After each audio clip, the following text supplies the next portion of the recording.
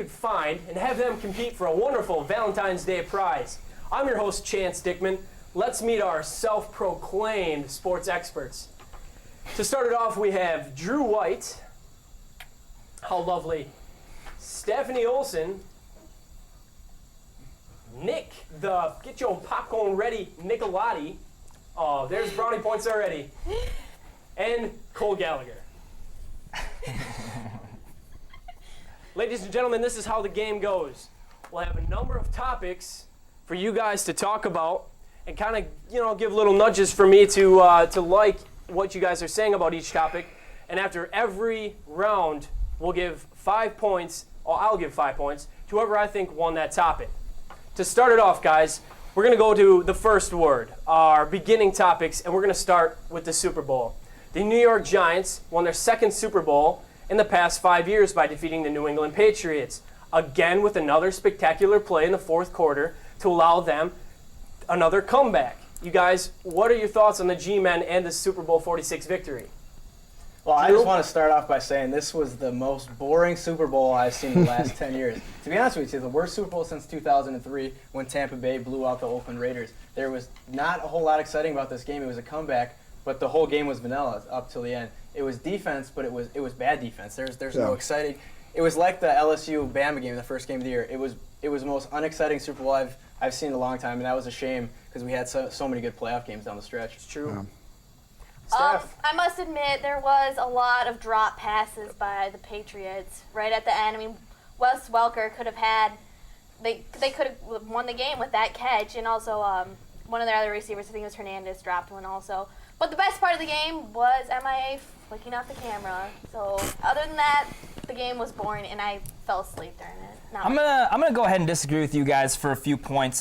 First off, I agree it was a little sloppy at times. At times it didn't feel like it was the Super Bowl, like it was just another regular season game. The guy falling into the end zone. When you look at the storylines behind the game itself, Tom Brady and Bill Belichick, two guys trying to cement their statuses as perhaps the best duo in the history of the NFL in terms of winning championships. And then Eli Manning and Tom Coughlin, two guys who still had to prove themselves. And Tom Coughlin, a guy who was on the hot seat only about 5 weeks ago, ready to be axed in the Super Bowl trying to win it all. It's happened the last Super Bowl, too. Cole, what do you think? I mean, I as well thought the game was very boring. The safety was the most exciting part, and that was right at the beginning. That's what I thought. They tried, the Patriots, I can't believe I'm defending them. They shot themselves in the foot. It wasn't, Gronkowski was hurt. They dropped balls. They tried to get Welker the ball as much as they could. They even had him rush it 3 times, but it was the Eli Manning was just too much. Hakeem Nicks was great as always. Hakeem Nicks is just a beast. I'm a huge Hakeem Nicks fan. If you haven't checked out his YouTube highlight videos, you should check them out. I totally agree. When you have the biggest hands in the NFL, so I hope you can do that. Catching BBs in the dark. That's true. Yeah. Back to my point on just this sloppy game, the penalties, and let's look at the Super Bowl MVP. Eli Manning went 30 for 40. Okay, 75%, I'll give him that. That's pretty good. 296 yards and a touchdown. There's absolutely nothing sexy about that anymore from a quarterbacking standpoint. We're used to seeing 400-yard games, multiple touchdowns. He threw for 296 yards. 30 and for 40 touchdown. is pretty good, though. Yeah, but against the worst pass defense in the league. I just don't – nothing was good about this game when the MVP has stats like that. You guys, that was a good battle for the fact that every one of you brought up great points from the defense to MIA flicking off the camera.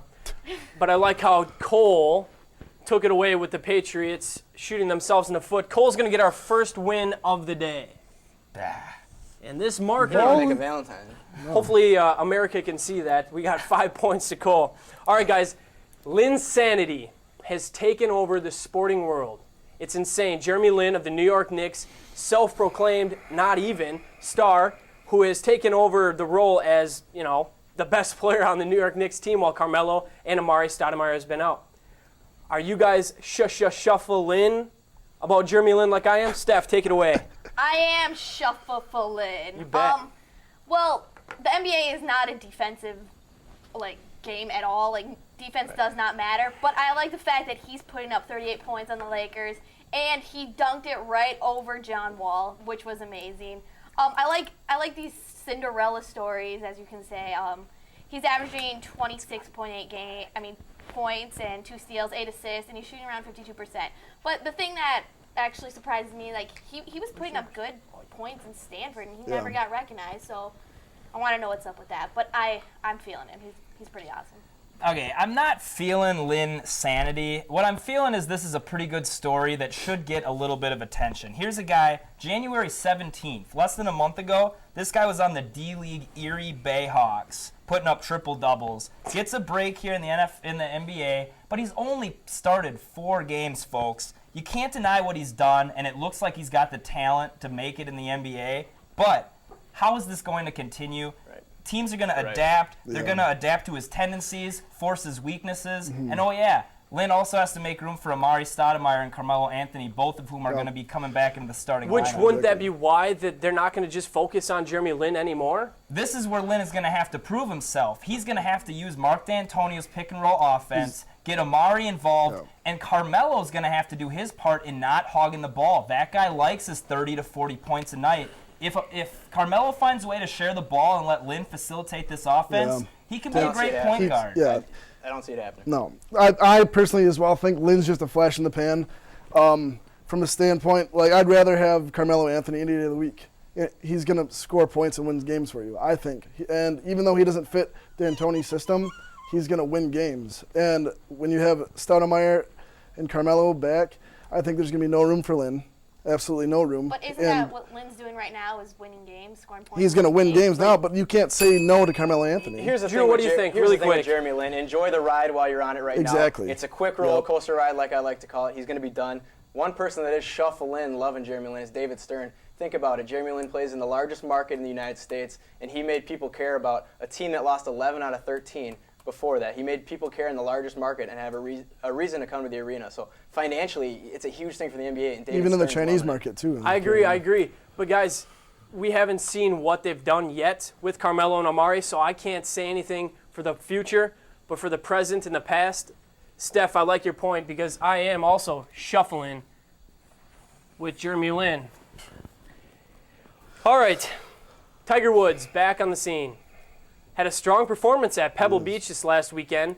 Went in only down 3 strokes in the final round. Faltered a little bit, but the lefty Phil Mickelson came up and won his 40th PGA championship of his career. Nick, what are your thoughts on Tiger's play this past year? Well, first off, I got to say, Chance, this was the perfect storm on Sunday at Pebble Beach.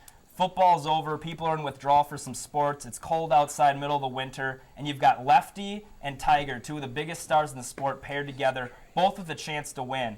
In the end, Lefty pulls out a huge comeback. He outshoots Tiger by 11 strokes and posts a 64, wins this all. That's a great story. The bigger story for me is that Tiger's game is back physically. Mentally, between his ears, Tiger Woods is not back, and it's beginning to look like he never will be. Sunday, Tiger got outshot by his celebrity partner, Tony Romo. That's pathetic. It was a bad Sunday for Tiger. It was a bad Sunday, and he hits a bad luck, too. It's hard to play balls out of divots.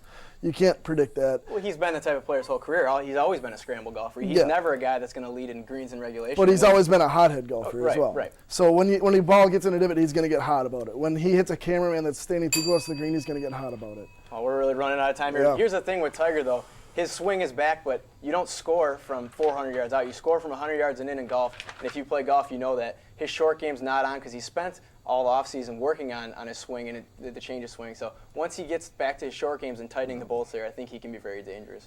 Short and sweet. Drew White, welcome to the party, buddy. That's all I needed. Wow, look at that. Pretty close game we got here so far. We're going into our 4th topic here. With the 28th pick in the NFL 2012 draft, the Green Bay Packers select Jarrell Worthy, defensive end, Michigan State University. Jarrell Worthy, I think, will be the best selection for the Packers to pick because he wreaks havoc on the defensive line.